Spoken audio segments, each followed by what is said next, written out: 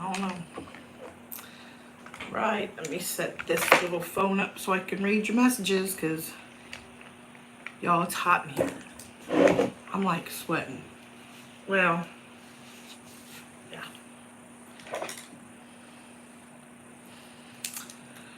Here we go. Now I'll be able to see what you guys are saying. There we go. Look at me. We'll just wait for everybody to get here. Looks like we've got, who's in here? Who's in here?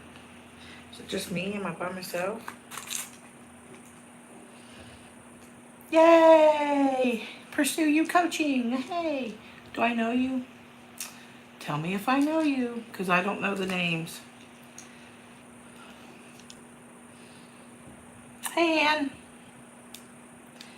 I'm going to set this up here so it don't look like I'm looking down. I don't like to look. There we go. Oh, that don't work. Oh, no, that don't work at all. I have to build a pyramid with... There we go. Hey, guys. Oh, Megan. Hey. She said the little one. Y'all, she ain't lying. She's a little thing. She's the cutest little thing. Oh. How's everybody doing? How's everybody's week? Let me tell you. I don't know if we got any Ted Lasso fans out there, but I got my Believe shirt on because I love the show. So kind of a busy weekend here. We had my daughter a baby shower yesterday. She's Thursday. She's 30, and there's a lot of stuff on up there. She's 30, and she's having her first son, or first baby, period. So Megan says 4'11" and proud, and probably 98 pounds soaking wet, for real. And so we did that. Saturday, we fought the wind.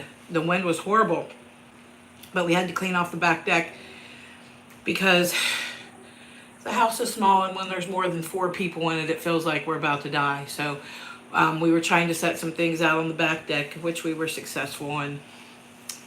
You know, oh no, it's Brooke and Danny. Who are you, Brooke or Danny, or both?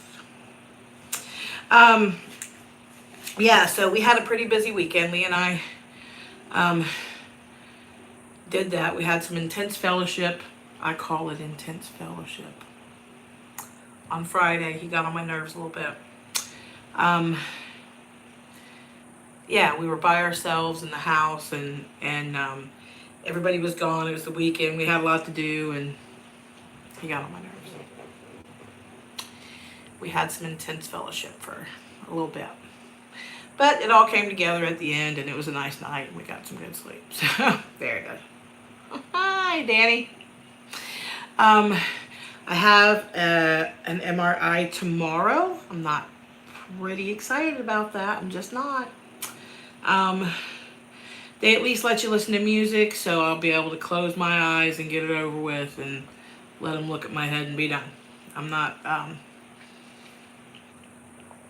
worried about it. Didn't do much. Was tired after the shower yesterday. Got up. I went to the tanning salon, did a little spray tan, and now here we are. I did make dinner already, so I made dinner. Lee had a session. I got to eat and make dinner, and he is now down there eating, and he better clean up. He better clean up. He's not watching this, I know that, so he should clean up. He probably will. Lee's real good about cleaning up. He's real good about it. And then he has a session after me, and I have a session after this. Fun times. So other than that, I've been wondering today a little bit. I saw the same sign I see all the time when I walk past my door. Be the change you want to see in the world. And then the emphasis is on be the change. And I pondered on that a little bit, on how to be the change. Isn't that kind of, hi Terry, that kind of an interesting little ponder upon, is how do we be the change in the whole world when we're really just like a little grain of sand? But when one grain of sand connects with another grain of sand, connects with another grain of sand, and another, and another, and then there's a whole bunch, turns into a beach. And that's pretty powerful to think about when you really want to be the change that's in the world. And I definitely want to be a part of that. And it's energy to me. It's bringing the energy all together as one. And, I'm not a religious person. I have my own spiritual beliefs. But when the Bible says, where one or more gather together, it means something. And the energy of just one person, and the energy of two people, and then the energy of three people and four people. Collectively here we have 18 people. And I know that all of us, I hope all of us, want to be a part of that change and be kind people. How do we be kind people in a toxic world, right? It's kind of hard, but is it really? I mean, can we just all smile more? I tested it today, and I went into the tanning salon, and I went into Walgreens, and I went into, I think mainly went to the dollar store. We did. We went to the dollar store. And I smiled at everybody that looked at me, and just smiled at them. And everybody smiled back. Every single person smiled back at me. I think it starts there. Like, maybe they were having a shitty day. I don't know. I wasn't, but I just wanted to smile. Yeah. Yeah. So I think it starts with smiling and being kind, right? Being kind to one another and not being mean or hateful to each other. Man, they make it tough for humans, don't they? They really do. What's going on here? I know you said that you would always see Lee's name all the time. I've lately been seeing or hearing his name, either first or last. Why? It's just confirmation of the connection. I've learned that a long time ago. It's just confirmation that, yep, that's what I'm connected to. It happened to me this weekend. Still, it happened to me this weekend. I told Lee I wanted to go to a specific store, and it's not so close to here. It's not far, maybe 15, 20 minutes. And, we pulled in, and there was Lee Cleaners. No. That's the other side of town. Lee's Shoe Repair. And I just looked at it. Lee was driving. And I looked at it, and I looked over at him, and I was like, I got it. Clearly, I got it. It's always been confirmation to me that even when we were in separation, it was bad. It was so bad. Oh, hi, Bambi. Smile is a tiny dose of love. It's awesome. Hold the door open for someone. Tell them to have a good day for sure. Hi, Hugs. What about the longing? Does it ever disappear? Hi, Rosie. Hi, Nathan. No. The longing... I can't say that the longing disappears. I can say that it settles down a little bit. Depending on what you do. Like, if you stay in a waiting pattern and you're waiting, there's a difference in standing still and waiting. If you're, no, the longing just, I feel it might, I don't know, it never did for me. It never kind of dissipated or went away. The longing was always there. The longing's still there, and we're in union.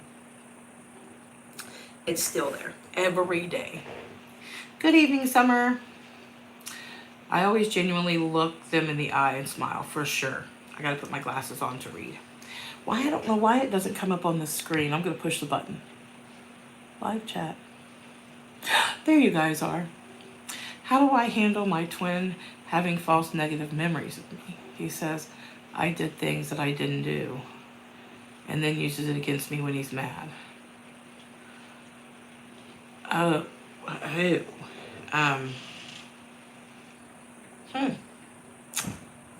False negative memories of you. So is he saying things? So he's obviously saying things that happened that didn't.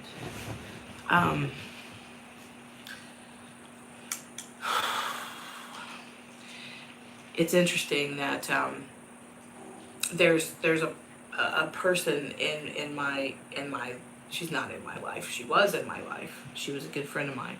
But now there's all kinds of hate being spewed. And it's been going on for a year.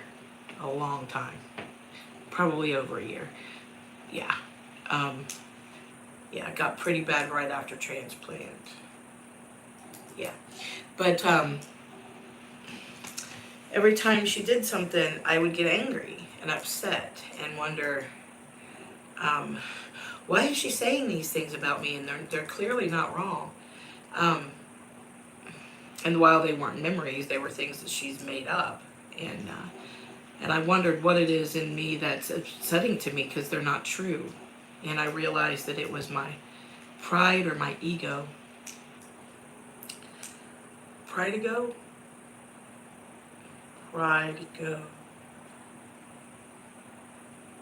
Ego ride? I'm over here making up words.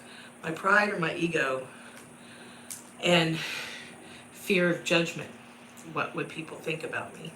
Right? I would look there. I would look why it hurts you so badly. Although I think your scenario is a bit different because you're saying it's just false memories. I mean, I probably would be like, okay, well that didn't happen, but how do you feel about it, right? I mean, do you guys get into arguments over that, or yeah, I guess it's gonna all have to be in the way you react to that, because if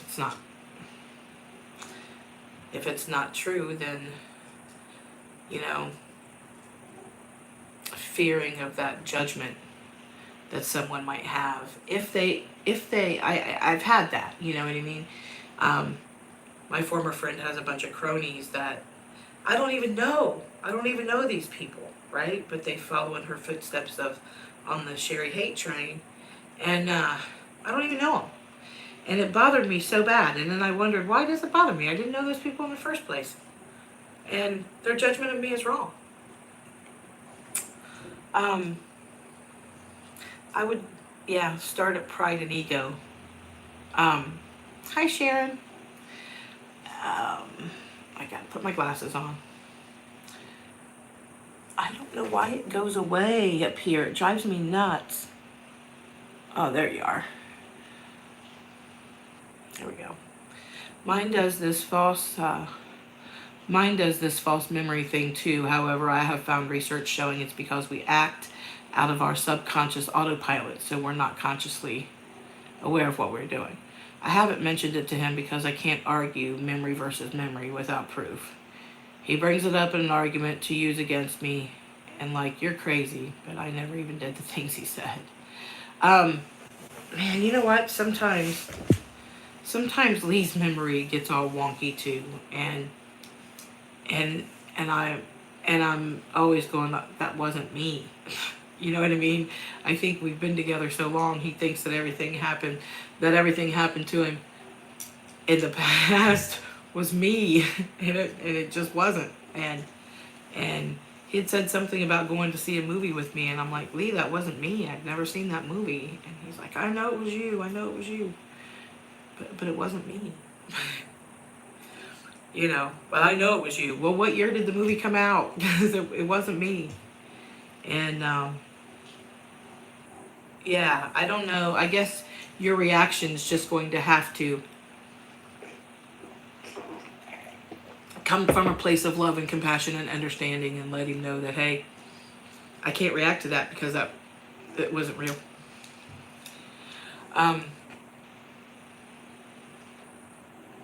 I've come to see that what's happening on this side of the mirror is happening on that side. So if he's saying false things, look maybe where you're doing that in your life with him or with others. Yeah, that's all. Yeah, that's great. You did better than me, Elizabeth. Projection of story created and acting that story out with you subconsciously from past trauma and expectation of outcome. It all reflects back to self. Boy, doesn't it. I think it's an ADHD thing. I know someone like that. Yeah, you know what? It could be. It could be. But I also feel like it could be the subconscious thing. Yeah. Interesting topic, though. My twin has a pattern of ghosting. It's been a month this time. This morning I was crying my eyes out over missing him, and he texts me, I think about you every day. I'm so tired and confused. Oh man. Man, look. I've got so many places to go with this ghosting thing. I've got so many questions. Is he married? Is he got somebody else in his life? What kind of fear is he holding on to? What,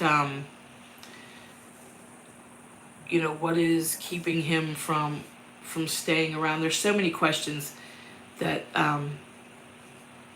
there I can go with that. But what are you doing? Are you waiting? Are you giving him space? What's your expectations? How long are you willing to wait? I have a lot of questions. Brooke can't remember anything about her past a day, but it's about me. She knows everything forever, always forever. Boy, ain't that the truth. Me and Lee have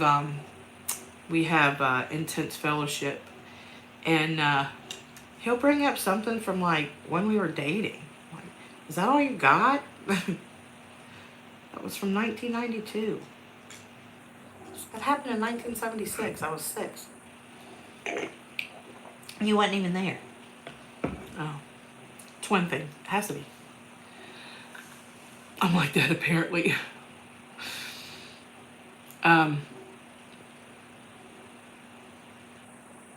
Timelines are collapsing together. I don't know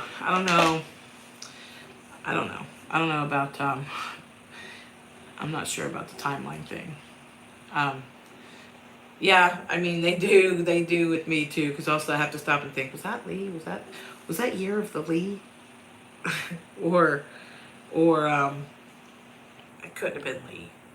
But everybody now, all of my past memories with other people, I've replaced Lee in them, and I have to stop and think sometime, like, he wasn't there then.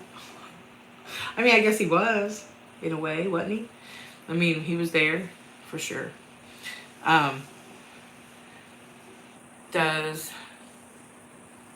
He does have PTSD from childhood trauma.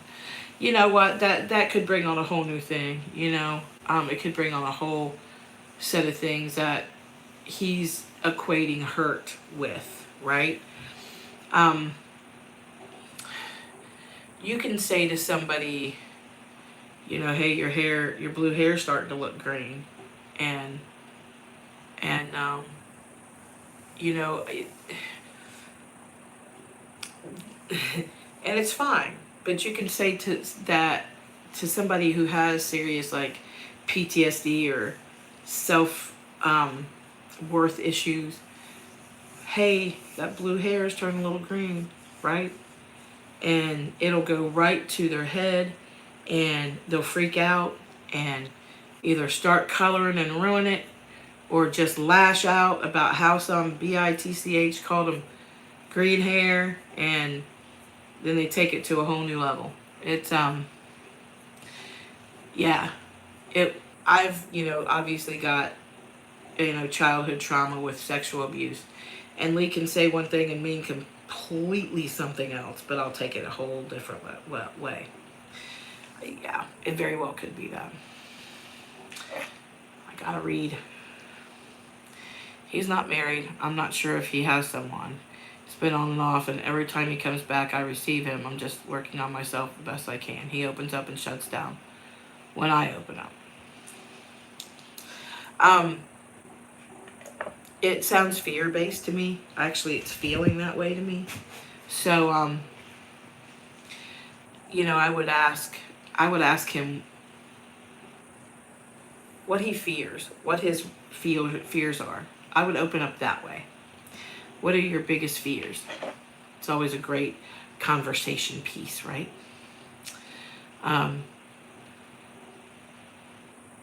Should I be vulnerable again? Tell him F off. Let's see which one.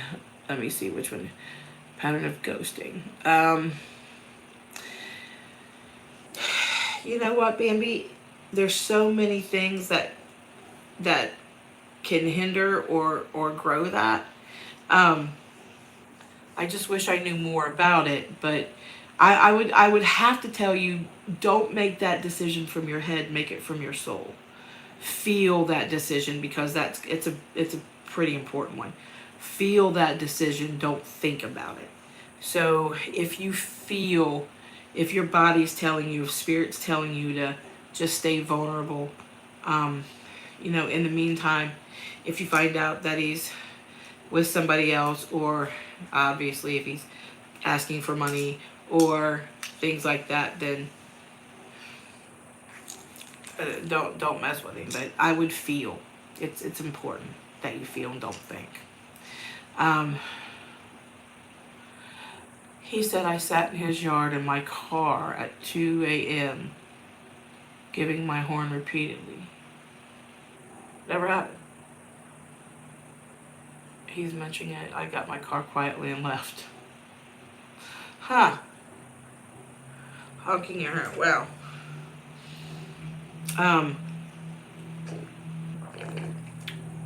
Yeah. If he believes that, you're just gonna have to let that go and let him believe it. There's no sense in it's kind of one of those things that, like, he probably knows it's not true and that you didn't do it. He just wants something to gripe about or something to yell about. So I would really tend to say that he knows it didn't happen, right? But he just wants something to yell about. Yeah, definitely. There's some kind of fear with him. A lot of this ghosting is fear. All the ghosting is fear-based. What are you fearing?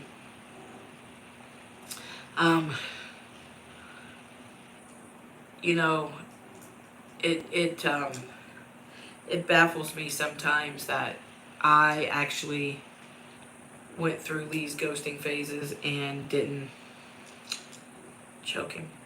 But I never did choke him.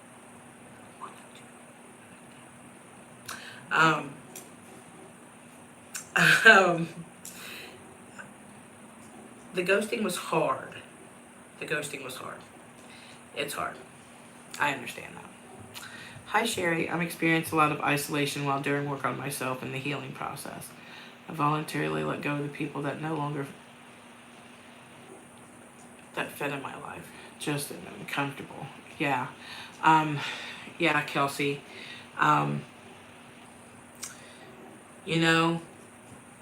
It happens.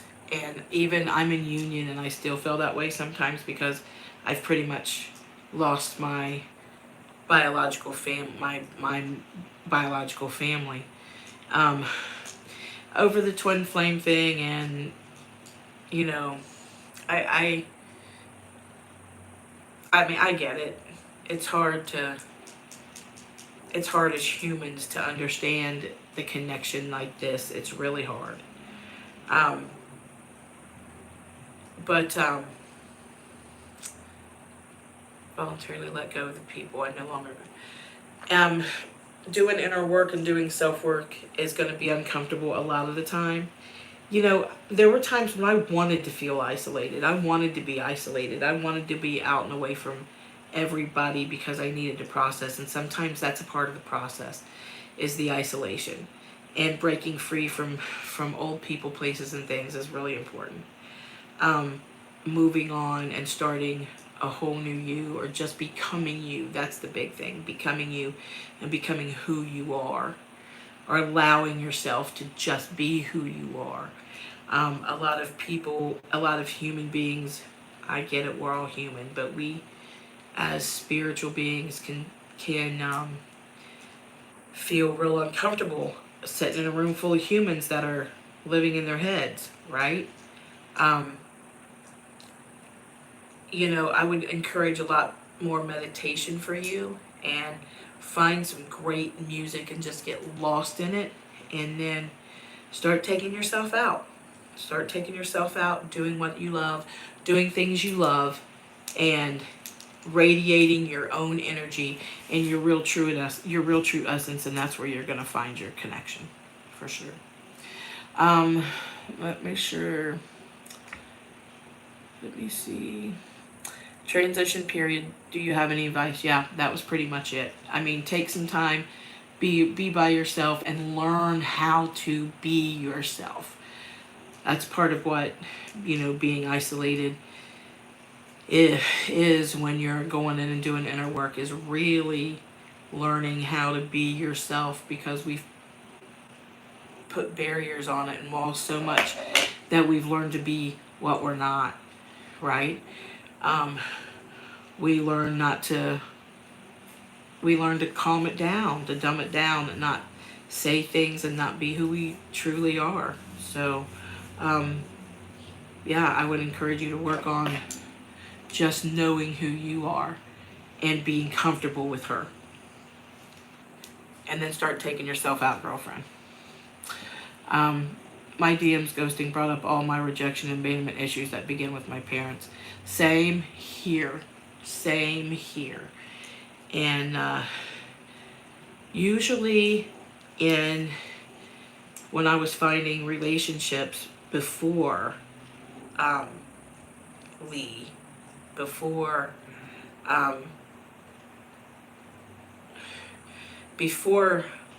him, I'm reading the question again. I would find that if somebody ghosted me, I would never contact them again. And I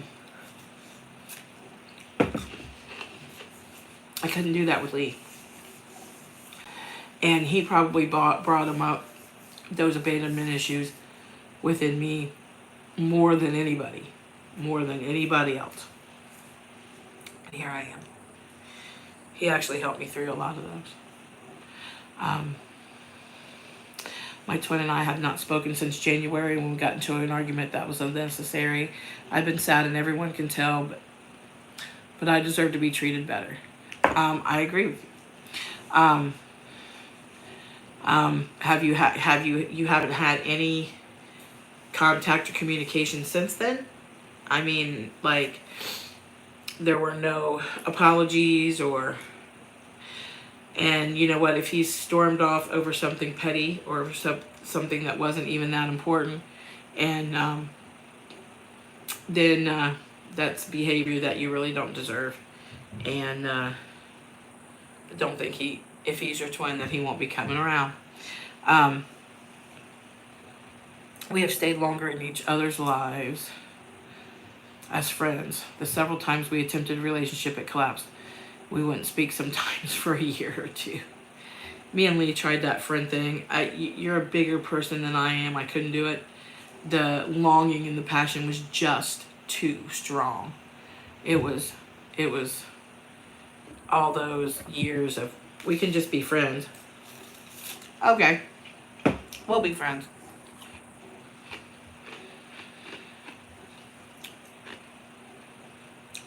Both still working through wounds, for sure. Sherry, I find patterns in life, service to others, to be a point of damn near breaking. The connection with twin was different until the drug use began. Now I'm in deeper before with my parents. Um, how can I break through the pattern without feeling guilty? You know, Teresa, wait a minute, I got you guys messed up. That was Mama T. Kind of same thing, right? Um, Teresa said, I told him that I'm getting to the point where I don't want to speak to him anymore, and I hung up on him. Yeah, I mean, if you really are truly tired with that, Teresa, I would let it go. But Mama T, I'm curious as to, do you have any siblings, or your siblings helping at all?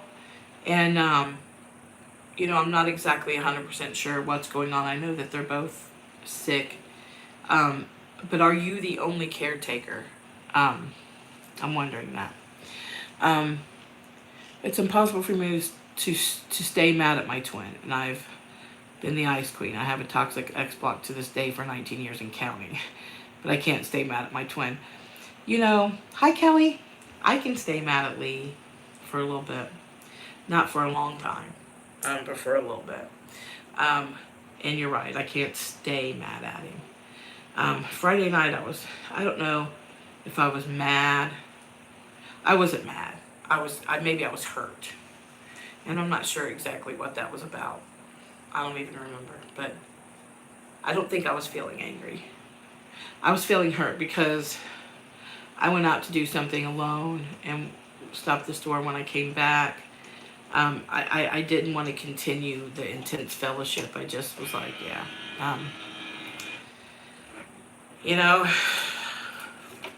Sometimes you just gotta surrender.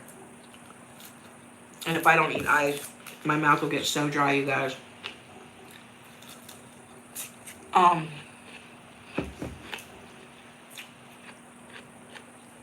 Thank you, Alice. I appreciate you. Is it still strong?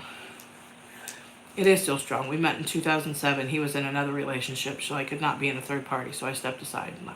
Yeah, it's brutal. So I work on myself and career. Great. Yeah. Keep doing you. For my twin and I, we are still in a physical separation, but I feel we are less triggered by each other. However, I want this to come up here so I don't have to keep looking down, and it's driving me nuts. For heaven's sakes, there. All right. There. Maybe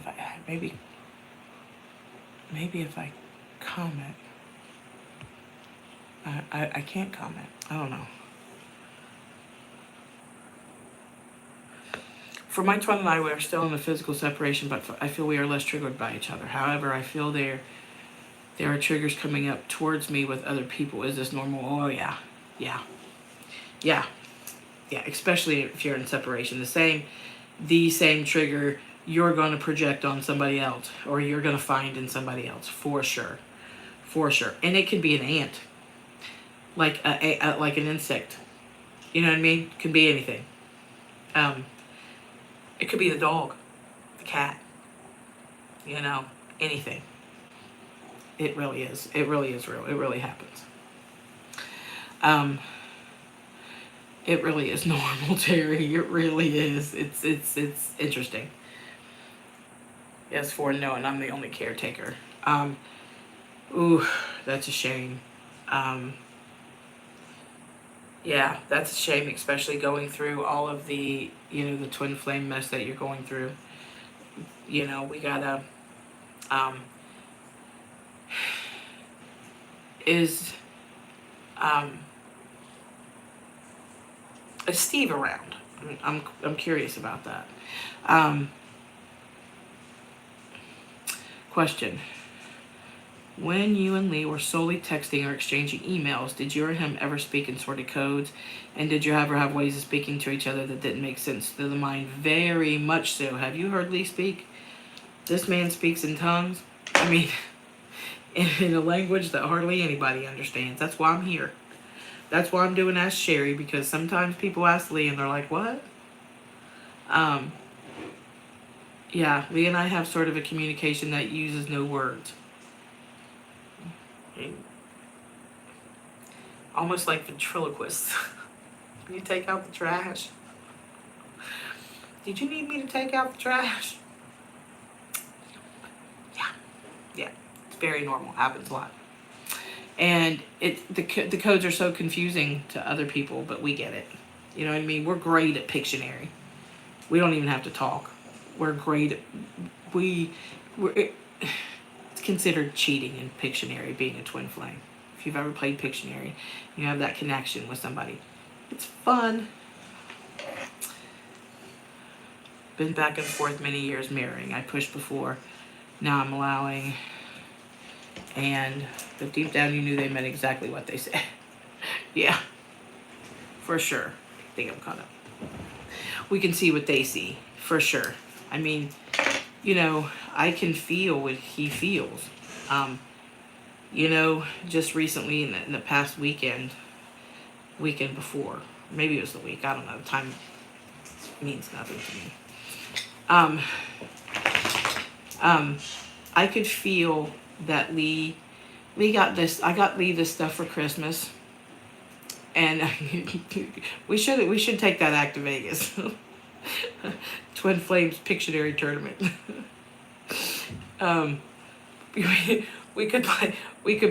We should play blackjack, one of us sitting, one of us standing. What do you want me to do? That's horrible. Definitely songs. But I could tell that I got this stuff for Lee for his car for Christmas, for his tires. And it's this spray stuff that you put on, it's called Hyperdip. And you spray it on the tires, on the wheels, not the actual tires, but on the, I don't know what it's called. It's not a hubcap, it's a rim. It's a rim. And you paint it, and it sort of like spray paints it a different color, but if you mess up, you peel it off.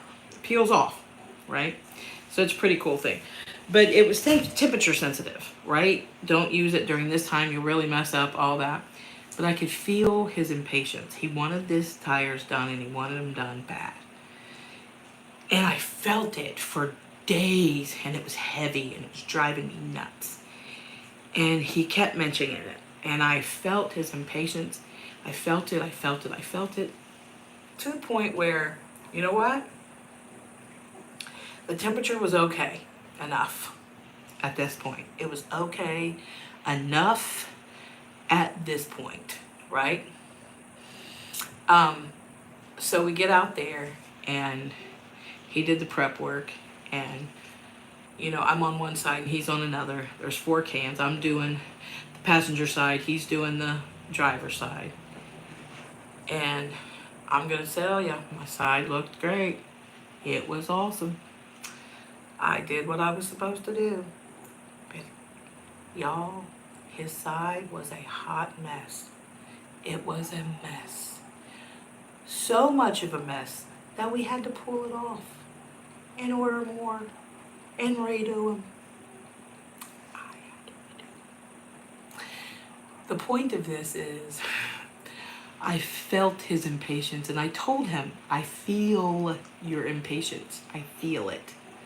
And I know you want to do this, and I know you want to get it done. But look, we need to wait until the temperature is right.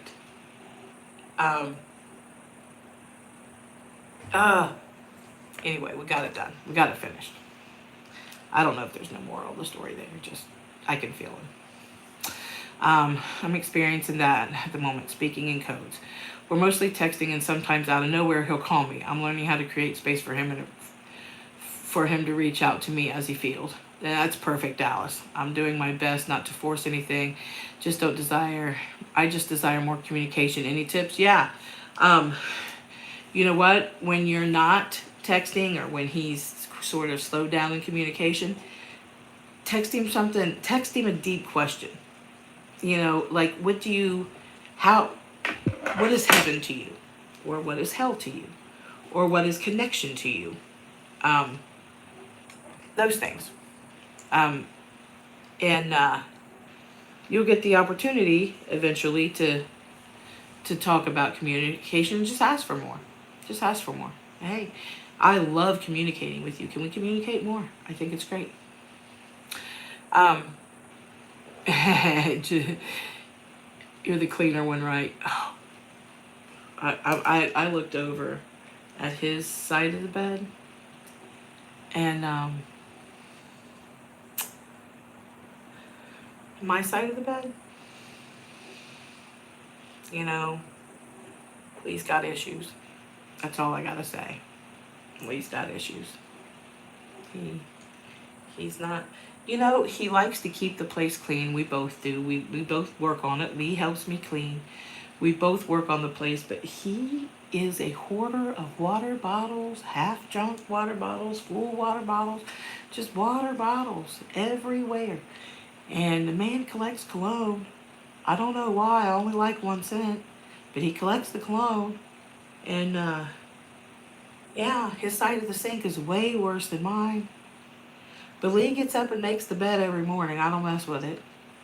So there's pros and cons there, I guess. I have to deal with his messiness. And sometimes he has to deal with mine because I like to leave clothes on the closet floor. So, yeah, but when it comes to tidiness, I mean, he'll let this area back here get a hot mess. He'll let this area get a ton of dust on it before I'm getting to it and looking like those things look gray back there, not black because they're so full of dust. I don't know. Lee's a special one, y'all. I was told not to focus on my twin while healing. While thinking about them considered focus because it's hard to stop a thought. Yeah, internal messy too. I get it. Yep, same thing.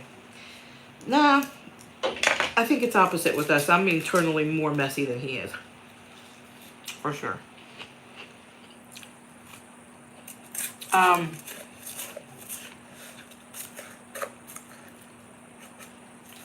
You know, thinking of him,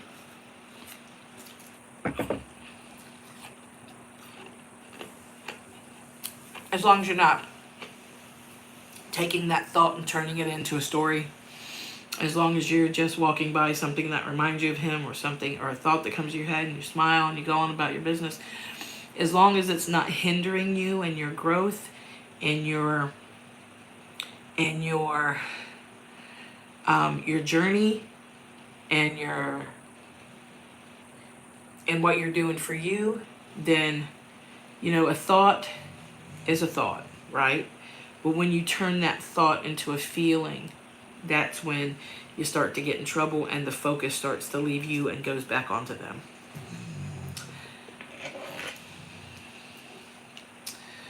La la la la.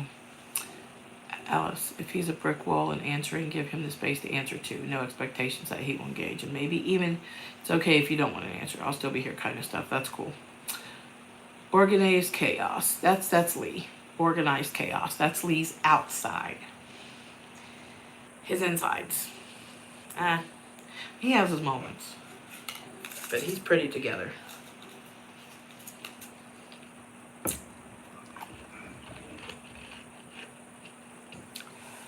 Oh man, Harmon.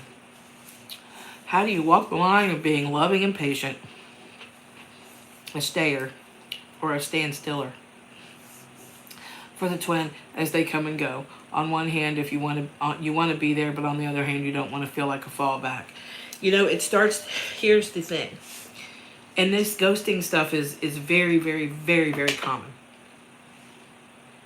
I don't know what my Apple Watch is doing. It's all on you, really.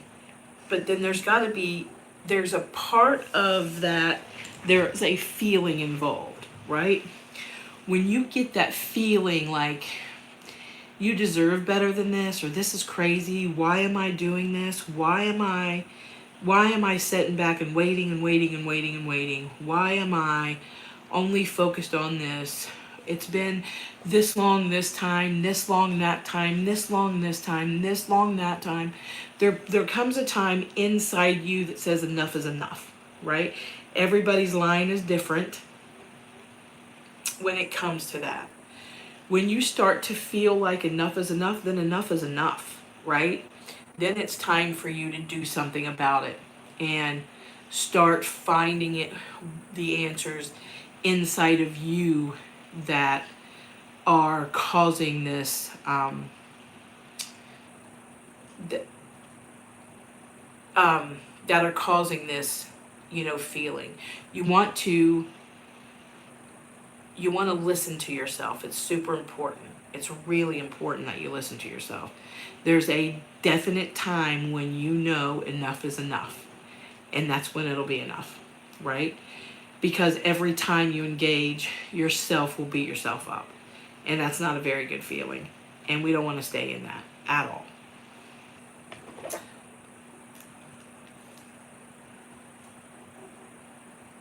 Do you know feel good? He's awesome, and I really like this. It's just to keep your desire. That sounds familiar, but you need to drop all the stories behind it, and that's the key to union. I don't know that I know him, but it sounds familiar. Maybe I've watched some stuff or something. I don't know. Keep your desires of love and connection to your heart, but you need to drop all the stories behind it, and that's the key to union. And that is so profound. That is so profound. I'm gonna have to look at some of his stuff. I wrote a whole book on ghosting. That's awesome. It's a lot, and it becomes a lot. And then I just really feel, when you feel that inner knowing that it's enough. It's enough already. Then it's a it's a thing. It's time. It's time to redirect. There's there's the inner dialogue that we have once we reach that mark of, I deserve better than this, what am I doing, enough is enough. Then what happens is, in that inner dialogue, when we go against what our spirit's saying, then the guilt sets in, and then so much, I know I'm not supposed to be doing this, but I'm still doing it. I know I'm not supposed to. Then and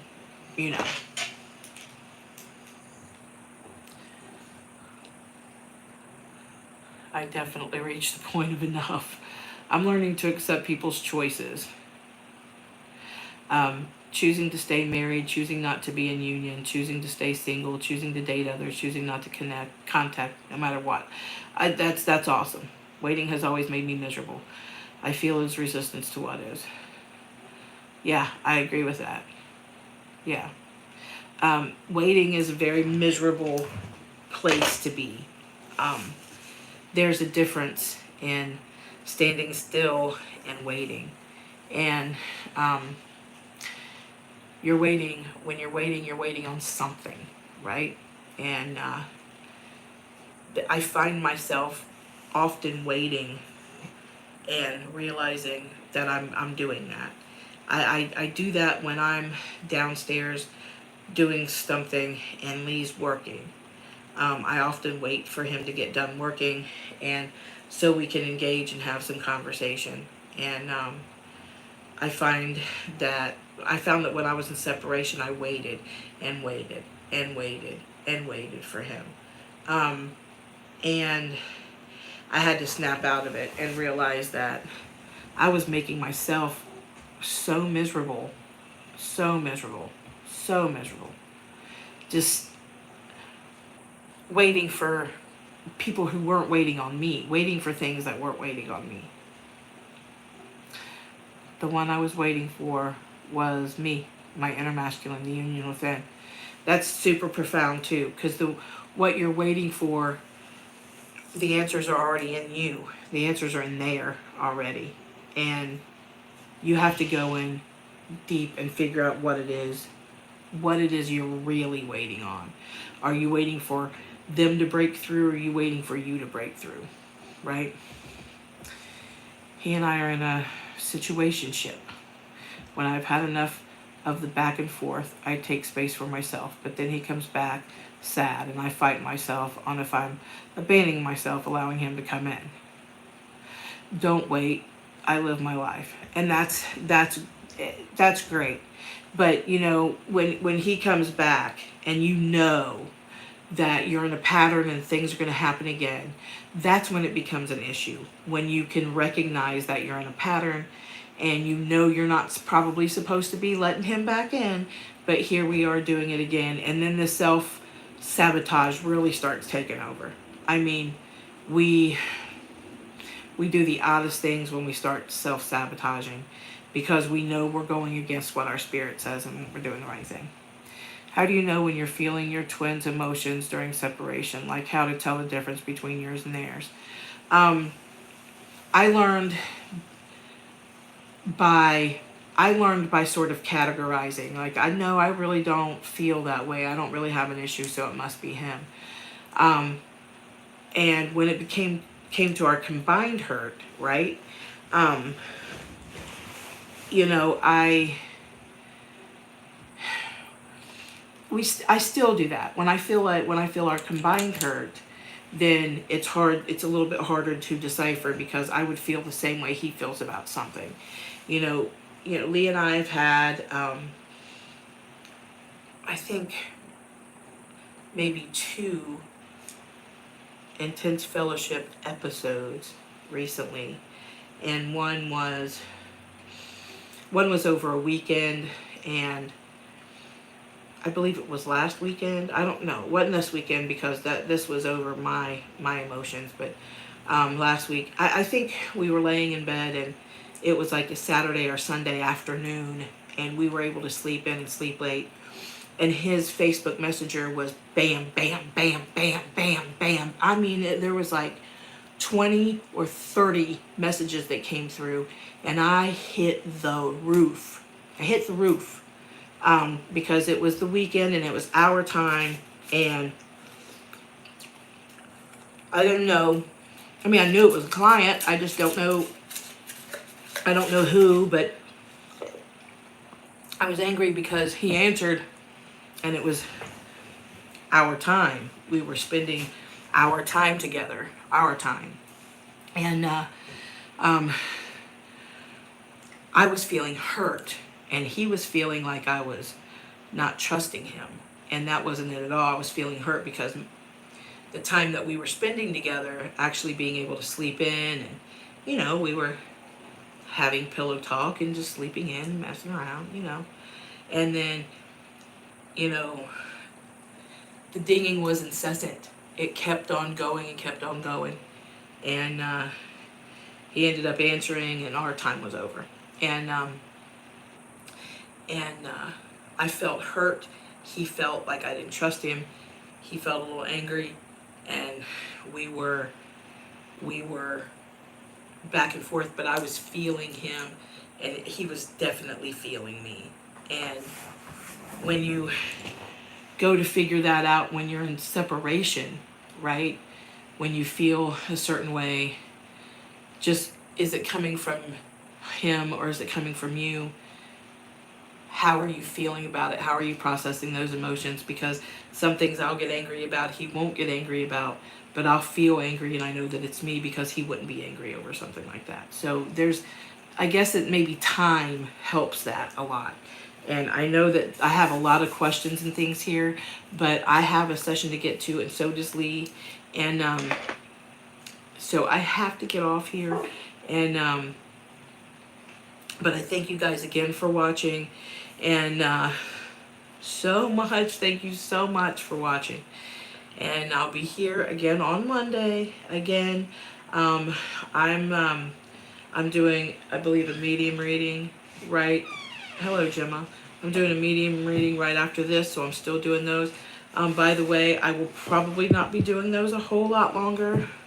I'll probably be taking a break for a while, so if you want one, you better get in. You better get in quick because I'm running out of space, and I'm still doing available for a couple more root camps, or even if there's a special, and I'm doing 3 intense sessions for $500, and then root camp. Lee's running some kind of root camp special, and I'm not sure what it is. You'll have to send an email and ask. But if you're wanting to book a session with me or a series of sessions with me, I've got a grandbaby coming at the 1st of May, the 1st of May the 10th. And I'll probably be slowing down on a few things for a bit because I am going to be having a grandbaby and doing all that grandmom stuff. So if you want to get in with me, now is a good time.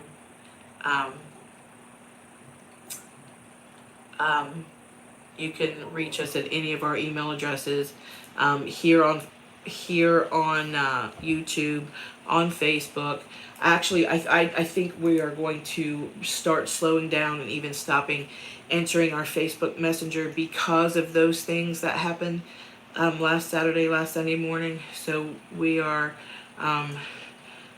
really going to slow down on answering social media messengers. So try to shoot us an email and or me an email, and I'll get back to you quickly.